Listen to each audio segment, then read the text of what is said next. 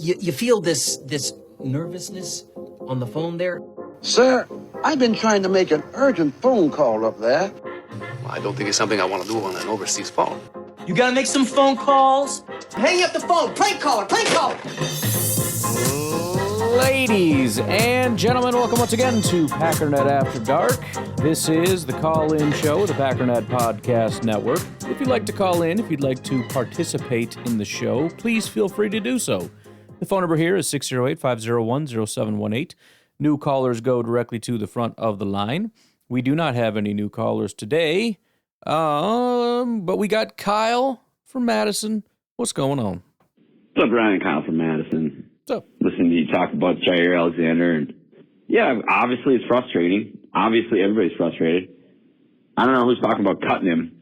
I think you're right. I think it's just upsetting, and that's what people say when they... To be fair, I think they're talking about trading him, but at the same time, they also don't think he's worth anything because he's injured all the time. So it's not that different, but yeah. Kind of lash out. I've been frustrated with his injuries. I've voiced that on the show before. And it's not like I don't like Jaire. He's awesome. We like to like him, and the other teams like to hate him, and that makes us like him more. And he's a good football player. And that defense just is absolutely in another tier without him. Yeah. It just is. They can't. That's one thing the Lions game kind of showed me. It's like you can only do so much. They held up all right, but when Nixon and Stokes aren't, you're not going to win a Super Bowl probably with that tandem, you know? That's you tough. get Alexander in there, and that's a completely different thing. And it's, you know, I know you know this, but just to elaborate, you know, it impacts so many other things. It's not just Jaire's ability to lock down one guy, because sometimes he does it and sometimes he kind of fails or whatever. But a lot of it has to do with the fact that because Hafley trusts him to do it, now we can let him do that, and we can start calling more aggressive things. We can start calling different things. We can open up the playbook, and it helps in other areas. That's one of the great benefits of having really good players. It's not just what they can do in their own environment. It's what we can put on your shoulders so that we can unleash other people to do other things. So it's almost like good players help your defense or your offense or whatever grow kind of exponentially in a way. Talked about it before with guys like Christian Watson, where it's not even necessarily about greatness. It's just the speed in and of itself, that asset. Yes, it's great when he makes a really nice catch and all that kind of stuff, but there's a huge difference in this team when he's on it and when he's not, and a lot of it has to do with his ability to run fast down the field, spread everybody out, create more space underneath for everybody else so that guys like Tucker Kraft or Dontavian Wicks or Jaden Reed get a little bit extra space. And it gives Matt LaFleur more opportunity. Now that there's more space, I can call different things to put people in those spaces. And he's very good at that. That's one of the things I really respect about Matt LaFleur is his ability to create space and put our guys in that space. I mean, I remember back to the Aaron Rodgers, Mike McCarthy days, and obviously, you know, they had great offenses and all that stuff, but it never felt like it was easy. It felt like Rodgers always had to make a really good throw and a receiver always had to make a really good catch. I'm so stunted by that even to this day when it's like a 3rd and 9, I'm like, there's no way. And somehow there's a guy open, and it's like, how does somebody get open? I'm just not used to seeing, and this even happened a little bit under Matt LaFleur's tenure. I think early on, probably Rodgers had a good amount to do with that, but you know, I just remember there just not being anybody open, and I'd get so mad watching other teams, you know, the 49ers or whatever, where they'd be able to just have guys wide open. You watch Tom Brady in the Patriots, and it's like, how is somebody just open? You watch the Chiefs. I mean, really, it's all the best teams. Their ability to not only get people open, but get their best people open in the most critical situations. Like, how did you do that? And of course, if you're the opposing team, you're just like, well, it's because our team's full of idiots and our defensive coordinator's a moron. But really, these great teams are very good at, you know, zigging when you zag and calling the right things at the right time to get the people open. But anyways, going off on a freaking tangent here, but agree. I tell you what, if you came to me and said, Kyle, I'll give you Jaire Alexander on the Packers, but the catch is you don't get him until week 15 every year. I will take that, actually, you know, because that's been the real kind of heartbreaking and frustrating thing lately is his health late in the season when we really really freaking need him. So if he can just chill out right now, it's not our fortunes aren't going to swing wildly one way or the other. It looks like for the playoffs anyway, like maybe a spot here or there. But if we can just get a couple wins here, get our way in, let him get healthy, and then he doesn't need to come back for some Week 18 game against the Bears. Like maybe you get him some work before the playoffs, but then get him back and see if you can get some momentum building on that defense. Yeah, I agree. We got to start seeing him on that veteran rest thing. I know he's probably not necessarily in the normal protocol for that, but we need to start emphasizing his health over his practicing and all that kind of stuff. So, yeah, if he's going to play this week, let him play. Hopefully he's completely healthy. I mean, I hate to say it because he's 27 years old, and obviously you don't do this in the playoffs. Maybe you put him on a pitch count. And especially if you can kind of get this game behind you rather quickly. If you're up by 2 scores, not that the game is completely over, but then you don't pull him, but maybe you start rotating a little bit. He's got to be healthy. We that's the only thing, especially at this point. We're not really fighting for a playoff spot. We kind of are. Again, if we lose this game, then we got to start looking at some stuff like, okay, crap, now there's a path. But yeah, I think you're right that we just need him when it matters most. We need him to help us win a Super Bowl. And also, I would agree with you. I'd do the same thing. But then it's time to find somebody else. And I'm completely open to the idea that we need to start working toward replacing Jaire. I think that's a good idea anyways. When somebody gets to be 28 years old, it's a long process. It's not easy to do, and it takes, even if you hit on a rookie. Next year you got a rookie and he's 28. Well, it might take him 2 to 3 years. By that time, Jaire's gone. So either way, we should be looking for a replacement for Jaire. But the fact that we're frustrated to the point where we just want to get rid of him because we're frustrated is just silly to me. With a healthy Jaire, that's my hope. And if he can do that every year, he can stay as long as he wants. But just a vastly different team with him on the field, though. And I'm sure that's what fans are feeling, when they're lashing out. But hopefully we get him back 100%, bro. Yeah, and that's the weird thing about it, is the people that are most upset about it recognize his value, but then pretend they don't recognize this value and they want to just throw him away. I mean, nobody would care if it was Corey Ballantyne with injury issues. Who cares? We wouldn't be sitting here screaming, we got to trade him, we got to get rid of him, nobody would talk. I mean, we have injury issues with Ballantyne. Nobody's saying it because they don't care because he doesn't have any value. The reason people are upset is because he's valuable. So stop pretending that you don't think he is. Stop coming up with ridiculous solutions to the problem, like let's trade him away for almost nothing just because I'm upset, because somehow that's going to help. Again, with the salary cap, like, okay, yes, then we're just going to go buy a really good new Jaire with all that money, the exact same money, which, by the way, if that person was available, I don't care if Jaire's here. The Packers are going to try to get him anyways. Packers are in a pretty good cap situation next year. I haven't fully delved into it, but I've been seeing people it's been bubbling up quite a bit, the excitement for next year's cap situation. So we're not in a bind. We're in a position where if anybody's available, we're going to have more than enough to go get them. We don't have to cut Jaire for that to be a thing. So why do you want to cut Jaire? And I understand if the general thought is he's not worth what we're paying him. Okay, and what? Cap space can't play football for you.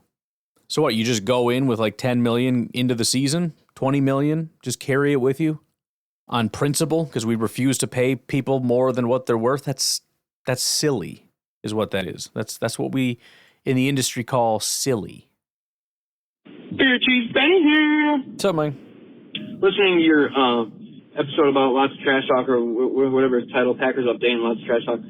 I'm only about 10 minutes in, but I had to call because I love Tucker Kraft. He's so mature as a player. Like, he realizes that, and I didn't even think about that, Ryan, is that, like, the Packers were trying to be tougher than the Lions. Like, like, be all that tough guy crap, you know what I'm saying? Like, and they were, like, they got away from the fundamentals. And he's absolutely right, man. And so it's like one of those things where you try to be tough, like, you're focused more so on, like, just going crazy and just hitting guys, and you forget the basics, and you're not thinking about what the fundamentals. And it's almost like when you try to do that, you put too much pressure on yourself. And maybe that's what the Packers did, defensively even. Like, they tried to put too much pressure on themselves instead of just, doing their job and playing their role. So hopefully, going forward, we just don't do that crap anymore. Like, let's just be the Green Bay Packers, fundamentally sound, fun football.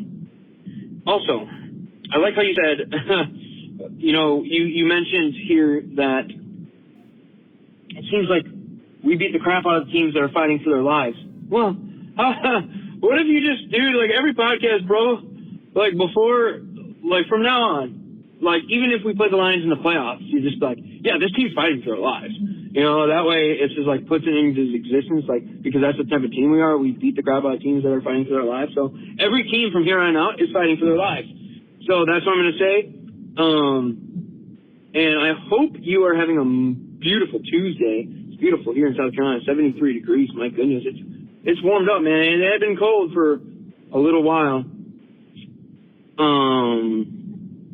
So yeah, I'm enjoying my Tuesday. I actually got out of work early. We had a little luncheon where I work at this golf course, and like every year they do this luncheon, and we get free gifts and whatnot. Like, they do this kind of thing where they lay a bunch of gifts out, and then like they call your table out, and then you get to pick out gifts and stuff. It's pretty cool.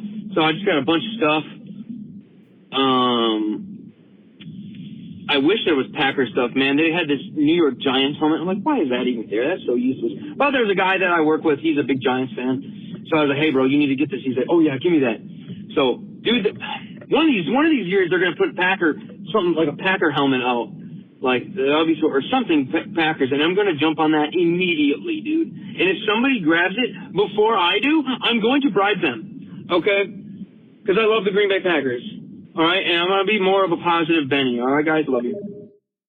Well, I agree, obviously, with the fundamental thing. It's not to say that the Packers shouldn't be tough, but you can't get away from the fact that you are you're a football team, and football does, there's a duality to it. Being tough is absolutely a massive benefit, but this is a pretty intellectual thing. It's a very weird combination. It's why it's so hard to be a football player, because on one hand, you are having to go out and commit acts of violence that most human beings on planet Earth couldn't do.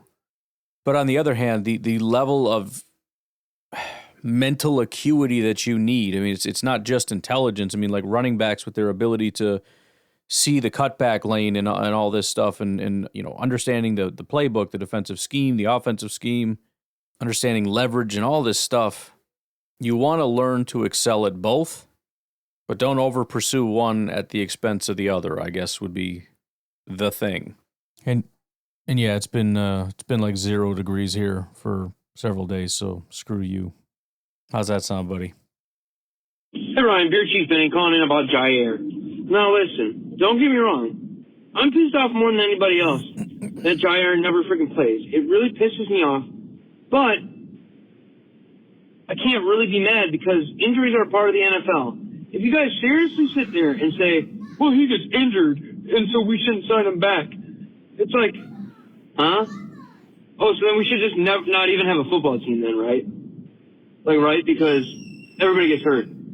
Jordan Love got hurt. So what, should we, because Jordan Love got hurt a couple times this year, we should get rid of him? Or because, I don't know, name anybody. That's just stupid. That is just an idiotic statement. And like you say, dude, it's so true, man. If another team picks up Jaire, you know what they're going to do? Like, if we actually get rid of him? They're going to be like saying what we said about the Giants. They're going to be like, wow, dude. They're going to be like, the Packers are freaking stupid. Why would they freaking get rid of Jaire? That's so stupid. Like, thanks, dummies. Like, now we have him. It's like, come on, man. You can never guarantee. And then these people are going to say, well, he's never going to. How do you know that? That's a load of crap. There's no way you know that Jaire is going to not play or whatever, or always be. Sorry about that. Continue. Hurt. Like, sure, he has an injury history, I guess. But again, like I said, this is part of the NFL, man. We're not playing flag football here. Like, injuries are part of the game. So, I mean, and then another thing, like you said, it's like, Well, you don't even have faith in Gutekunst to draft anybody, so now all of a sudden you think that he's just going to magically draft a corner that's going to be just as good or better? Like, give me a break, man. Like, when Jaire's on that field, dude, you can see the difference in our defense, man. There is such a difference. He can't get rid of a guy like that, man. You really just got to give him a chance and just let him try to be healthy. At least let him try, man. I mean, like I said, I'm freaking. I hate when he's injured, and that really pisses me off. But he's not going out there every year thinking, yeah, I'm gonna just play 50% of the games, get hurt. It's not like he's taking himself out of the games. Like, they have training staff and everything, and obviously, like, he knows his limits. So I just don't get all the talk about that. It's a very emotional response, and as you know, I'm a very emotional freaking Pack fan. Yeah, me too. And even I can realize how stupid some of these arguments are. Anyways, go Pack, go. Jaire, get healthy, buddy. Yeah, I mean, there is an element of how often he's injured, and it is a lot. I guess my only question is, what is your solution? And if you're saying just cut him, that's not a solution. That doesn't do anything. What does that do? How does that help us? It takes him from 50% down to 0%. What is your solution to make us a better football team? I mean, I'm willing to listen. I don't think you've thought this through. And I think that's where the accusation of being emotional comes from, because I have to assume if there was a fully thought out solution, you would have laid it all out rather than just saying cut or trade Jaire. But you didn't. And because nobody ever offers a solution, like a fully fleshed out solution, other than, casually mentioning, things that I can sort of assume what you're trying to say, like we shouldn't be paying him all that money. Okay, so I'm going to give you way too much credit here. Are you saying we will use that money for somebody else? And who is that somebody else? Your Gutekunst. Fix the cornerback issue. If your only solution is cut Jaire, you suck at that job. You suck. Let's take our only good corner and just get rid of him. So how about that? And then what? And then fix it. And I think that's part of the problem with what a lot of people are doing and saying. This is what I said about the Bears fans too. They're very good at identifying problems. They're very bad at identifying solutions.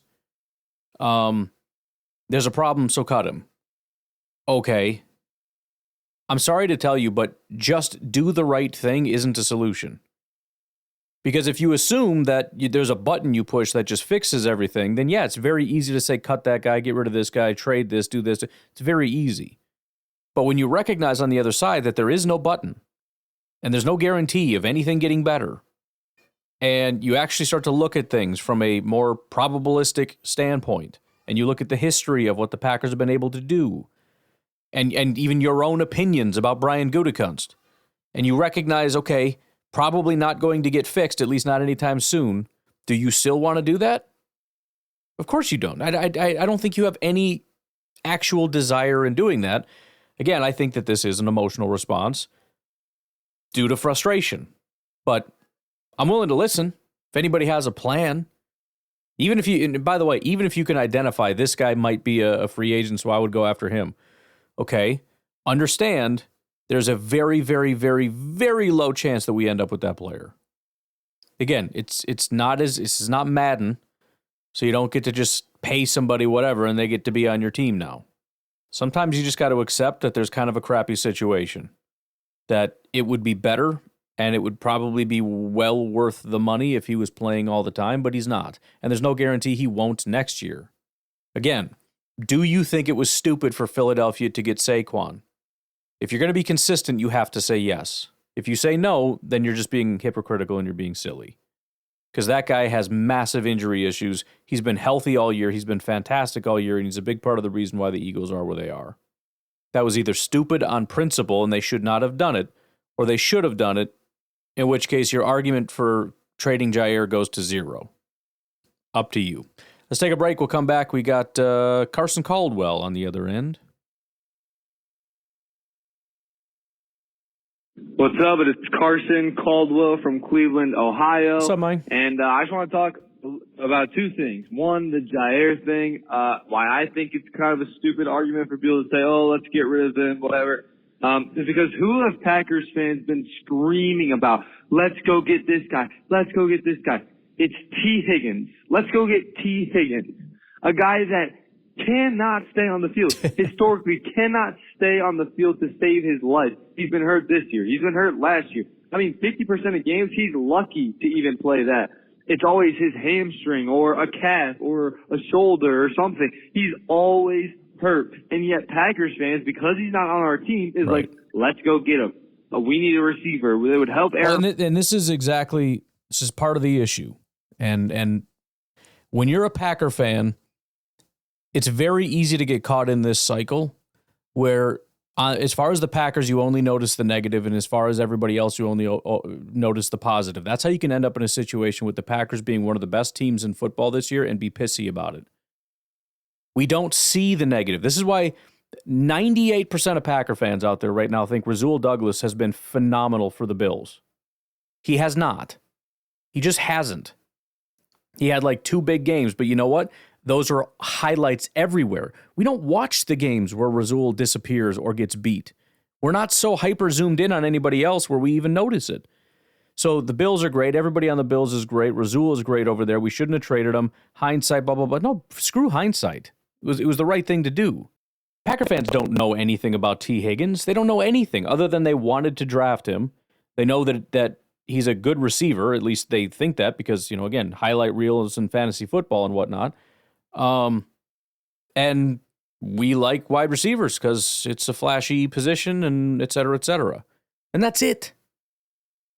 But I guess what I'm pleading for people to do is take that frustration and be open to crazy stuff. I think it's a good thing to be willing to say maybe we should move on from Jaire.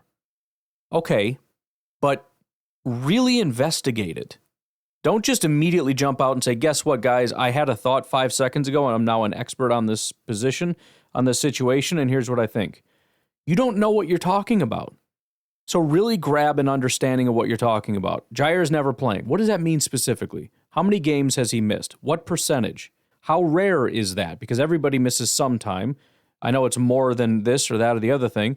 Okay, so here's a sort of a baseline of all that kind of stuff. If we did try to trade Jaire, what do you think we could get for him? Try to figure that out. I actually did. I went to the robot, vehemently disagree with the robot, but it is what it is. I was just curious. But we don't need to get into that. But, try to really, if you care that much, and I'm guessing most people would listen to this and go, I'm not doing all that. Okay, then shut up. Then just shut up. If you're not willing to actually know what you're talking about, then why are you talking so much? I don't know. I don't know, man. I guess it just falls into the fan how you want a fan category. It can be a little bit annoying. But I guess it makes what I do kind of fun because I can do the homework and either come in and be like, guess what? There's some validity to this, or come in and be like, well, this is why it's stupid. It is what it is. Again, I'm still open to it. I have not heard anyone give me a decent argument, and I can very easily feel as confident as I do because I have a very strong feeling that nobody actually has an argument for it. But I'm willing to listen. Rodgers, it would help Jordan Love. It would, whatever. Let's go get T. Higgins. But instead they want Jaire, or they don't want Jaire when he's hurt 40% of the time instead of T. Higgins who's hurt 70% of the time. So, I don't know. I think that's dumb. I like Jaire. I hope he stays with us for a while. I think he's a good corner. So yeah, I want him on our team. As far as the playoffs go, which is the second thing I'm going to talk about, is I think winning the division might actually help us. Number one, if we're third place in the division, we finish out our year in third place, next year we're going to get all the third place teams. We're going to play against the third place teams in the division. I think we play the AFC North team, so that would be, like the Browns or something? Something like that, where the divisions that we play, we would get the third place team. And then another thing is, like, if we do win the division, we get the 2 seed because probably the Eagles would get the 1 seed. So going into the wild card round, we'd probably get the Commanders. Would we rather get the Commanders at Green Bay, which, I mean, we've seen it already where we don't play our best football in Green Bay, which obviously is subject to change. Maybe we do play good football in Green Bay, but right now we haven't been. So would we rather get the Commanders come into Green Bay, or would we rather just go to Seattle and play the Seahawks, or go to Atlanta and play the Falcons? I think both of those, Seattle and Atlanta, or even like the Buccaneers or the Cardinals, are all easier games than if the Commanders were to come to town and play us at Green Bay.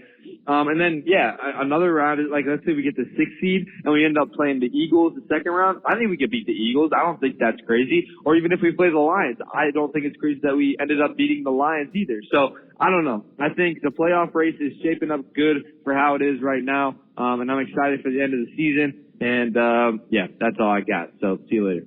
You know, it is a fair point. It's one of those things that usually it's very like ticky-tack. We get a little over-strategic, but at the same time, that's kind of what we're doing right now anyways. Like, would you rather be the 5th or the 6th seed? It's about as ticky-tack.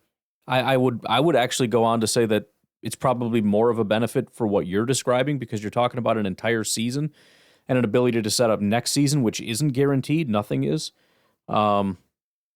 So I guess if nothing else, it's a silver lining in either direction. Either we go on to get the 5th seed, or we end up the 6th seed, 3rd in the division, and end up essentially a borderline powerhouse type of team that is being given, oh, you poor thing treatment, which I mean, it sounds fantastic to me, dude. I don't know. That's a pretty good point. Ryan, Kyle from Madison. So, dude, I appreciate you keeping the pressure on the Bears fans, you know? I appreciate you not just, like, mailing it in and forgetting about them down there. No, I got your back. I do appreciate that. And I agree with your assessment pretty much completely. I'm going to say one thing that I don't know how popular it is. I don't even know how much I care, because it's really not, near and dear to my heart. But was Eberflus a good coach? I don't know. He sure seemed like he knew defense. Game day decisions may be a little meh. But if you look at his decisions through the lens of, just imagine a world where Caleb Williams is the most inept, moronic quarterback you've ever worked with as a coach. Just imagine that world. I'm not saying it's necessarily that world. But if you imagine that world, it's a lot easier to understand Eberflus's coaching decisions, Like against the Packers, for example, you want 6 yards, 8 yards, but you don't trust your freaking quarterback to not turn the ball over, because that's what he's been doing the last couple weeks. Maybe you get a little gun shy there, right? In overtime against the Vikings, Caleb Williams on 3rd and medium takes like a 14-yard sack on 3rd down. They got a punt. And against the Lions, dude, it's 2nd and 10. You're in field goal range. Dude burns a timeout. Then they get a penalty. Then he gets sacked for like another 6 yards. That's the thing, like, nobody's talking about. They just burned a timeout, right? The clock's ticking. Williams doesn't, you kind of cover this, but he had to not know he had a timeout. Right. You know what I mean? Like, What is Eberflus going to do there? It's 3rd and 26. Okay, you take your timeout. Okay, great. Now it's still 3rd and 26. You're not in field goal range yet. You think Williams is going to he's going to screw that up. So I don't think Eberflus, I just think he was maybe not the great hire to begin with. But in a year where the top 3 teams in the NFC North probably have a division-winning season in most other years, in that year, Eberflus is going to the wire with this Bears squad, as is now with a rookie quarterback. I do think that the Bears if you're going to fire him now because of some ugly end of game things where he's playing teams that are way better than him and they're right in it. But if you're going to fire him now, why didn't you just fire him to begin the season and start over, So as a Packer fan, it's great, but it is kind of stupid. Let's just let them finish the season, see what they can do. Man, and it's just the Bears being stupid, in my opinion, because like you said, it can get worse, and I suspect it might for them. Well, that was the thing I mentioned before, where it's like, well, I can't imagine they get any worse. It's like, I can't either, but I wouldn't put it past them. And again, there is a path with the defense probably not being as good, and that, it's interesting. There's a lot of talk about, and it's been hard for me to not engage in it because it's not necessarily laughing at the Bears, and I don't want this to be a Bears podcast where we cover that, but it is interesting nonetheless, their head coaching search. It feels somewhat obvious to me you go for an offensive-minded person, but that culture there is so bad. Maybe you do just follow the path of what the Detroit Lions did. If you can do it, right? You start with a Vrabel type of guy. You tell him to bring the culture, and then you just got to nail it when it comes to offensive and defensive coordinator and just get guys that are really competent, really good at what they do.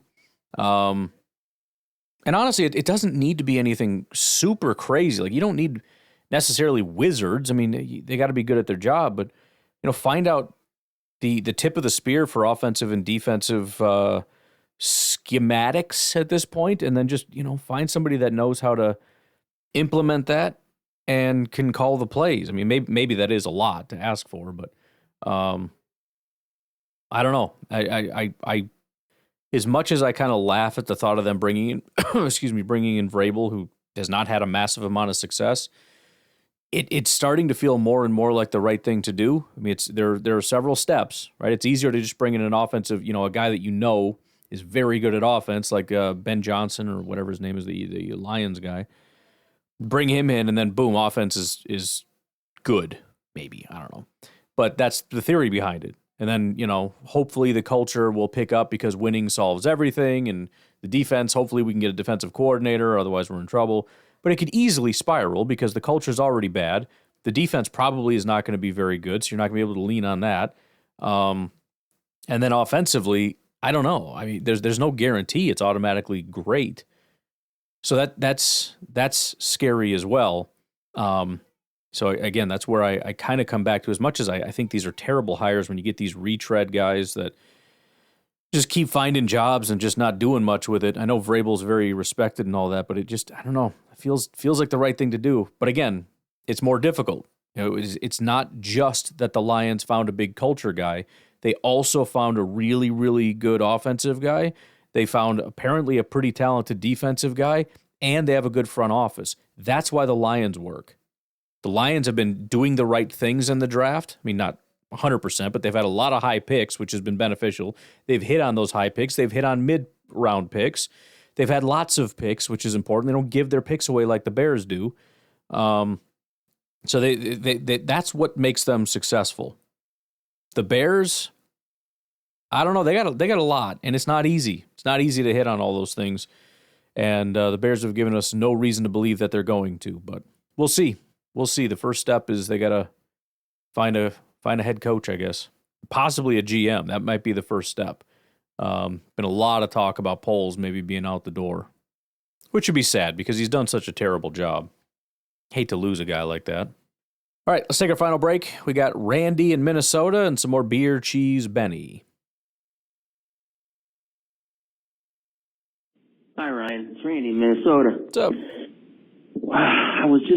I listened to your rant on the Bears, and of all things, the Packer fans who are coming in defending the Bears. Now I get your anger, your frustration. Yeah, that's uncalled for. I don't know. I'm prior military and retired law enforcement. We keep things in house. It's one thing to say something bad about a brother to a brother, but man, you go outside, no. Somebody says something from outside, no. That's not a happening thing. No, I'm sorry, I get it. Packer fans do not defend Bears. I'm sorry. End of story. Full stop. Boom. That's it. I get it. Maybe I'm looking at it wrong. I could be. Nah. But, man, it would be a cold day in hell before I stood up for Ryan Poles or anything that garbage organization has done. Anyway, I'm just rambling now, and that's sounding probably sounding pretty stupid. But, no, I get it. I understand your frustration, and I appreciate it. I appreciate your passion for the Packers. You keep doing what you're doing, man. Go Pack, go. Bye. Well, that's good. I mean, that is part of it, is to bring you into my headspace. Some of you are just not me, so you're never going to understand the situation. You know, you wouldn't handle stuff the way I handle it. You wouldn't feel the way I feel about stuff. That's perfectly fine. But, you know, some of you kind of are a little bit like me. And so, yeah, you know, you start pushing those buttons and it's like, you know what? I'd be a little bit pissed off too, I'm not going to lie. I don't know. I think a lot of people want to sort of build those bridges with other fans and whatnot, and you know, seem like the more reasonable. Like, oh, I'm not crazy like that person. I'm a reasonable person. Like I'm cool. You guys should respect me because I'm cool too, or whatever. That's just stupid. He's not your buddy. He's not your friend. And you know, to some degree, I don't know, man. I'm not saying there's never a scenario. I have had people, you know, say these things in private, and certainly, you know, if you want to call in on the show, that would be a better thing than piling on while I'm getting my teeth kicked in by Bears fans. All of them are wrong. So it doesn't really matter, but it just makes it so much worse when people come in and, you know, as a Packer fan, and then it's just, you know what? I mean, the whole thing's stupid to begin with. The argument is nonsense, but it just really makes it frustrating because it's not even something. You're wrong.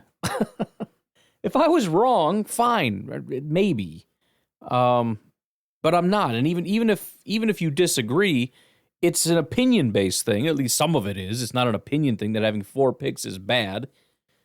You could maybe call it opinion on drafting a punter and not trading back and all that stuff, but I mean that's only if we assume that, you know, math is an opinion. I don't know, man. It's just it's just freaking annoying. And it, you know, again, to have this like condescending attitude of like, you're just being stupid, like you're just being a biased Packer fan and you're making us look bad, and shut up and go away. Okay? Just go away. I fully understand that you have been completely captured by the NFL media, and everything they tell you is everything that you're going to believe. And so when they tell you that Caleb is the greatest thing that's ever happened, and the Bears picked Caleb, that means that everything else doesn't matter. 0 other things matter. Poles is a genius. The Bears are genius. The Bears are going to be great. We're all in big trouble. And if you have a different opinion than that, than what you've been told to have, then you're wrong. I get that that's how your brain works. I'm asking you to please understand that you're brainwashed and you shouldn't be engaging in intellectual discussions, especially defending rivals. If that's the extent of your football knowledge, is that, you know, the podcasts that I listen to, these NFL draft podcasts that I listen to, well, they tell me that Caleb is going to be elite. Okay? Great. Then go find that podcast host and he can come argue with me. You go away. Ryan, beer cheese Benny here. What's up? I want to talk about Lions fans and how pathetic they are. Oh, yeah, that sounds great. Okay, there's this video going around in the studio, and honestly, I didn't even listen to it. I just saw the caption. I knew everything I needed to know. You may have seen it going around. The guy sitting in his car with a little Lions hat on, and he's talking about how the Packers fans are fake, and yes, how they'll never go through what we went through. Yeah. And all that, and talking about how we're not real fans. Like, what, bro? So I made a comment on some Packer fans' posts. I was like, hey, remember when 3 years ago when the Lions were bottom of the league in attendance and they were wearing paper bags on their heads? I'm like, right. Yeah, and now all of a sudden they sell out games? That's kind of weird. It's like, and a bunch of Lions fans responded, you know, they're like, oh, like the Packers can never handle, like, it's an 0-16 season. I'm like, oh, crap. And they act like we've never had, like, bad teams. It's like, well, what does that even mean to handle? You couldn't handle it. What does that mean? We die? What do you mean we couldn't handle it? You mean all Packer fans would leave? Is that what you mean? Like most Lions fans did? I mean, you can't pretend that Lions fans were as ravenous then as they are now. So it's the exact same thing, just in reverse. Yes, some people would probably not be going to Packers games as much. Some people would not, and some people would. Just like some Lions fans didn't go to Lions games until they became good, and some of them did. A lot of them put bags on their heads, as you pointed out. But they showed up, at least.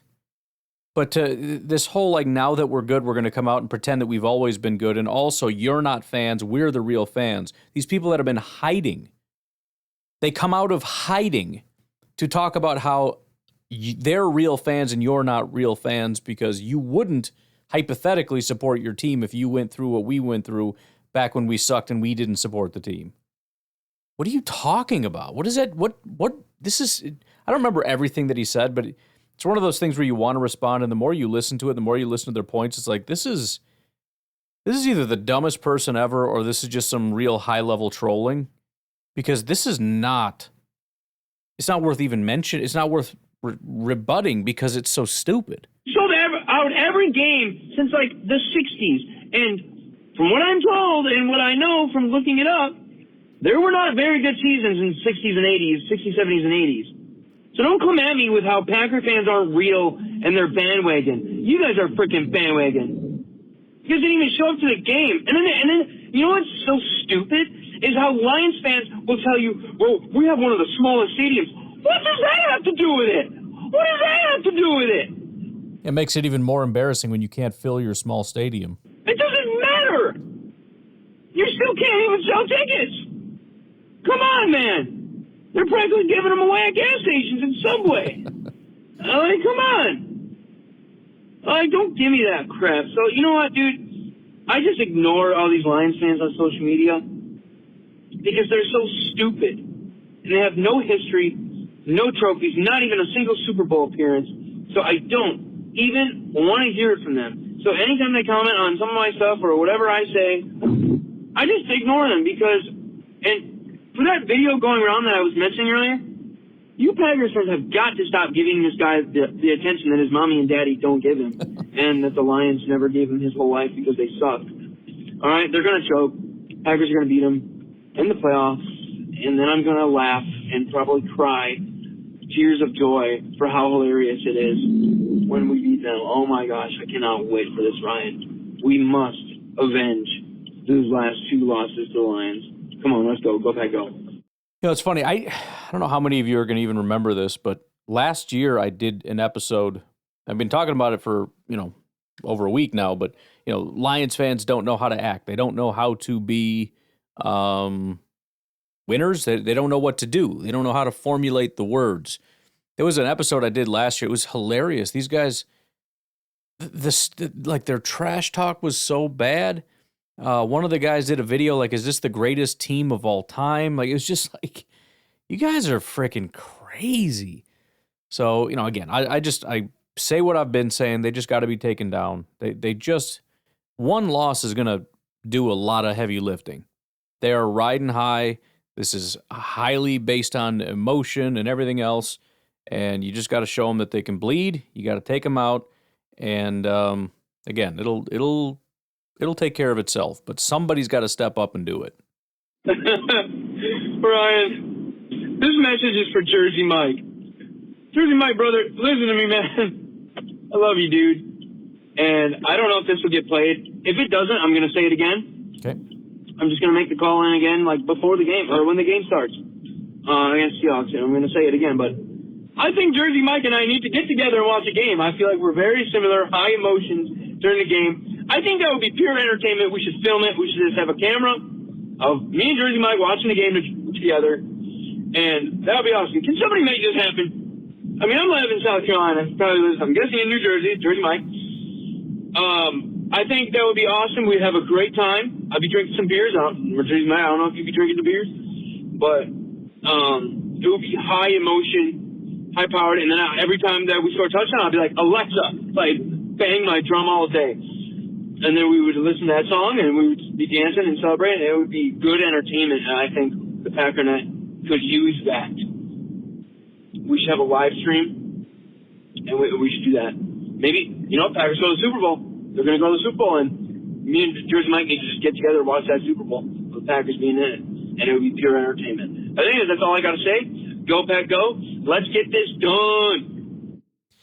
It actually would be. I mean, we need streams like that, obviously, I haven't done one in a while, but when I was doing it, it was obviously here's raw emotion, but also you try to rein it in and be somewhat analytical. And some people get so mad at you when you're showing any kind of emotion. Like, calm down, big deal. He's not.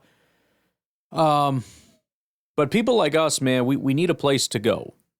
And for whatever reason, the fan base that I have acquired, I mean, obviously there's you guys, but a lot of the people that were on the stream and whatnot, very much not that way. They don't think that way. They don't feel that way. And they look at me ranting and raving and flailing about, and they don't understand. They don't get it. What the heck are you doing? Why are you being such a baby? It's like, just let me be a baby. All right. And tomorrow I will be better, but I'm going to be a whiny baby today. That's what I do. Just, you're making it so much worse when people are like critiquing your emotions on top of it. It's like, I'm just going to freaking kill you. But yeah, we need that, dude. We need, I mean, it's just going to be fantastic bait. I mean, Packer fans after we win are going to be clipping it like, look at this idiot.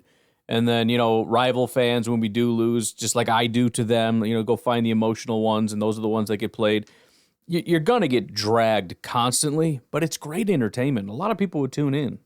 I would. I'd watch it. You should do it. I mean, you don't have to. I don't know where Jersey Mike is at these days. He was in Texas. I thought he left Texas to go somewhere. I don't know if you're just visiting or moving. I thought you were moving. I don't know. He's all over the place. But yeah. I don't know if you need to team up or if you just need to get yourself a webcam and just start screaming and flailing and going crazy. I mean, you don't even have to be in the same room. You guys can have a show together from different places. Find a bunch of other impassioned Packer fans that have no patience and like to scream and yell and throw things. Just put a show together. I think it'd be good. I'd watch it. I don't think we played this one yet. Let's find out. Oh, I did. We did. That was a Jersey Mike thing. Garrett, what do you got going on? Hey, Ryan. It's Garrett from Southern Illinois. What's up? Had some time to just meditate on this game from last Thursday, and I have to admit, I usually don't go the blame game when it comes to the refs.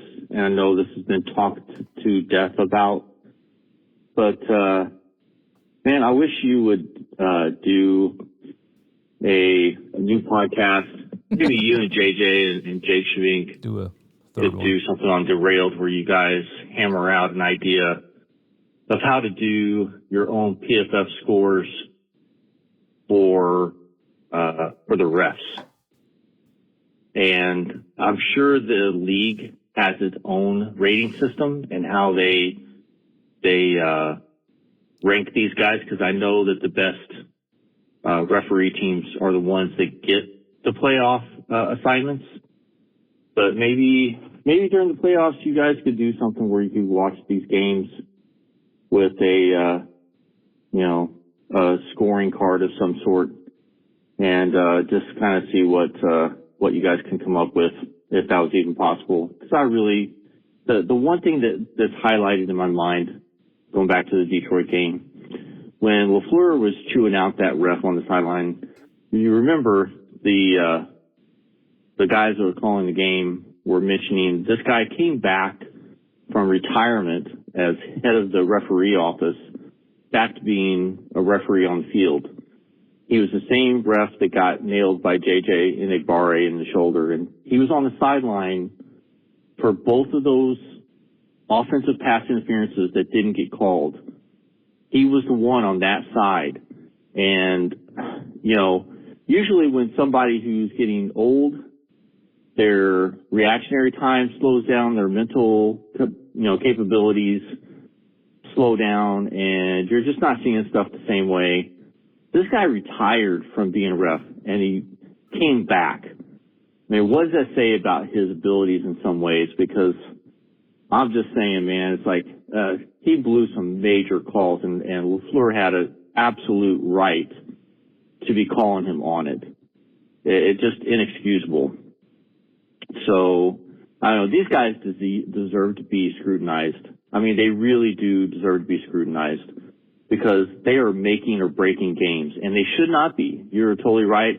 There should be more technology involved. There's got to be guys up in the booth that are able to rewatch stuff And with many, many more guys, watching the video, all it takes is for them to call into the earpiece. There is, somebody else already called about the PFF for refs things. I've already kind of given my opinion on that. It's a massive undertaking that I am completely unwilling to do. But I don't think it would be the hardest thing in the world to do. You just got to find a group of people that are committed. My thought process would be I'd want 32 guys that are going to do that. You go back and watch your own game. Plus, you're kind of plugged into your social media and whatnot, what people are saying. So you're more or less paying attention to that. But,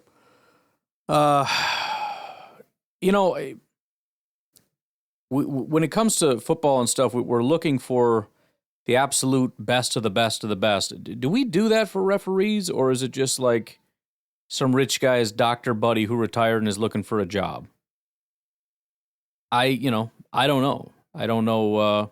Again, it seems like we don't put enough into this, and this is one of the major points for the NFL in terms of dissatisfaction. And I don't see them putting in, I guess, as much effort as I would hope that they would to try to get this right. And again, I think there are limitations. I mean, they're being asked to do somewhat of an unfair. It's somewhat of an unfair expectation, in my opinion, for what they're being asked to do, because we're deliberately doing things in an inefficient fashion. We're overpaying people to do a job that nobody can really do properly, that should be held in a New York office somewhere, reviewing camera footage. That's what should be happening. Again, there should be some people on the field. They can see things up close and personal. Got to have somebody to spot the ball, somebody to make the call, the official announcements and whatnot. I'm all for that. I still want to see the guy, the zebra, go out there. Probably should be pretty ripped. Got the big biceps as he's doing like the whole second down. Got the flex going on, hockeyly. I'm down for that, dude. There's a place for referees. I'm not trying to get rid of them, but I am saying that technology has absolutely exploded.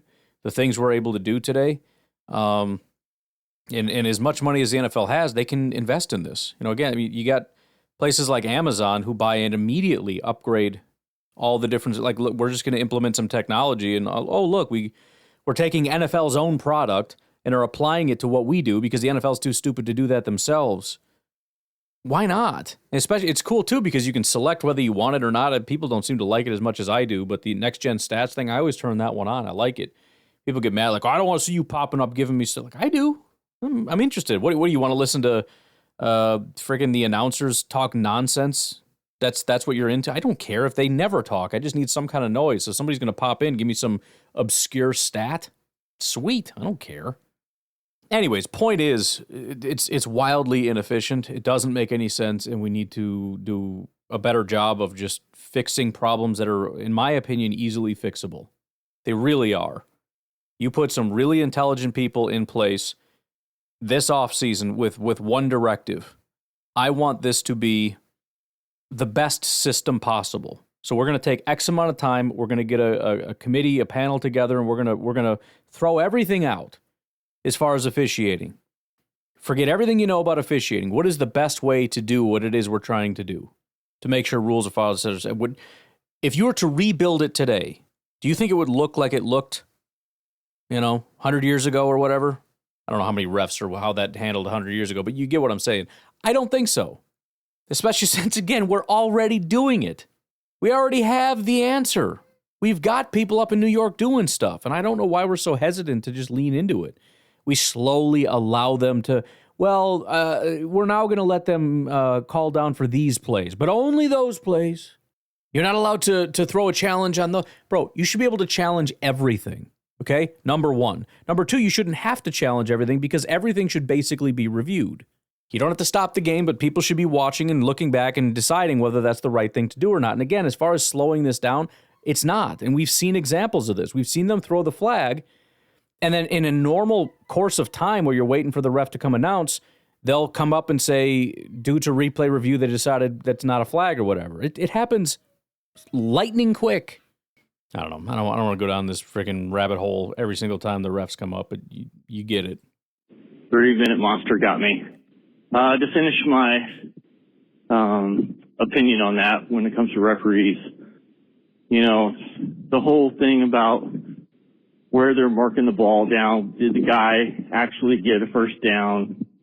I mean, there's been so much discussion about all this and how they could implement technology into it. NFL makes billions of dollars.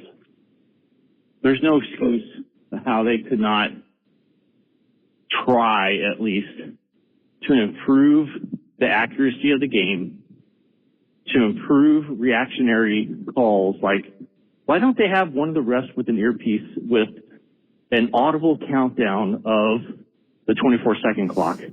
That way, when it does actually go to zero, they can instantly blow a whistle instead of right. Well, I have to look up and then I have to look down. At the clock. Yeah. Then look at the ball and see if it's been snapped. Anything that can improve the game, I'm all for it. Yeah, I mean, and again, that's such a simple thing. It's such a simple. They could have they already have an earpiece in. There can just be an audible beep that goes off when it hits zero. So you can just be watching the ball. If it beeps before it snaps, you blow the whistle. It's dead. It's so absurd that I'm looking, and then I glance up, and then I glance back, and then I glance up, and then I glance back, and then I look up. Oh, it's at zero, and then I glance back. Okay, they snapped it. It's fine.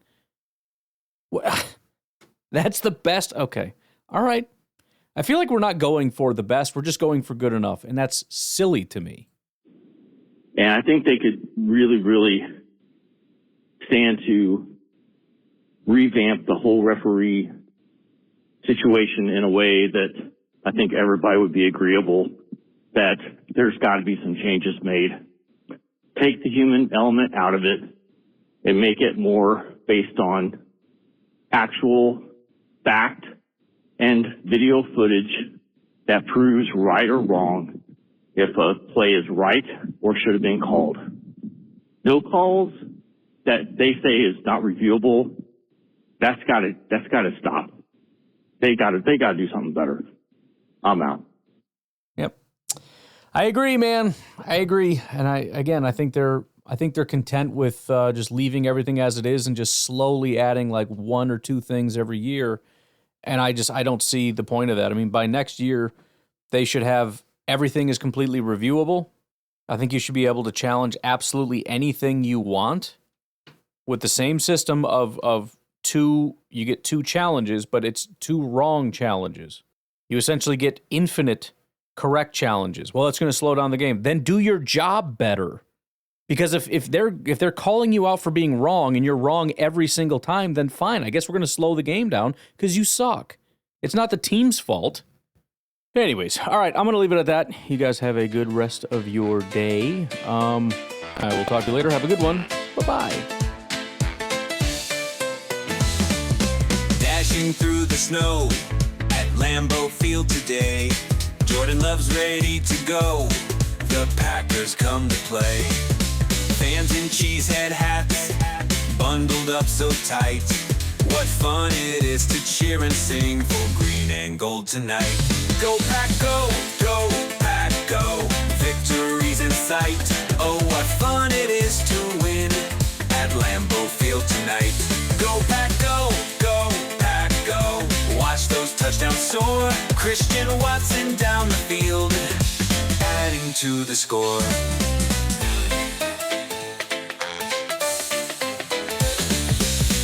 Frozen tundra, our defense holds the line. Josh Jacobs breaking tackles past the 39. Lafleur calls the plays, victories in reach, while all of Wisconsin singing from Green Bay to the beach. Go Pack, go, go Pack, go.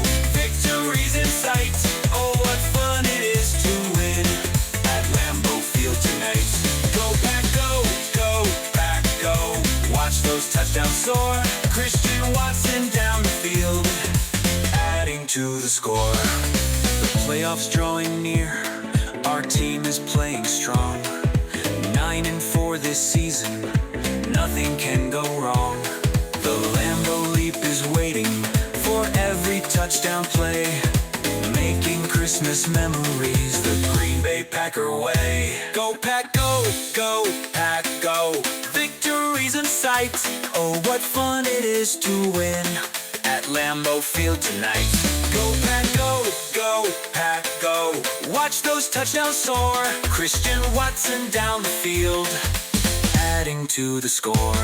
Go Pack, go, go Pack, go. Victories in sight. Oh, what fun it is to win at Lambeau Field tonight. Go Pack, go, go Pack, go. Watch those touchdowns soar. Christian Watson down the field, adding to the score.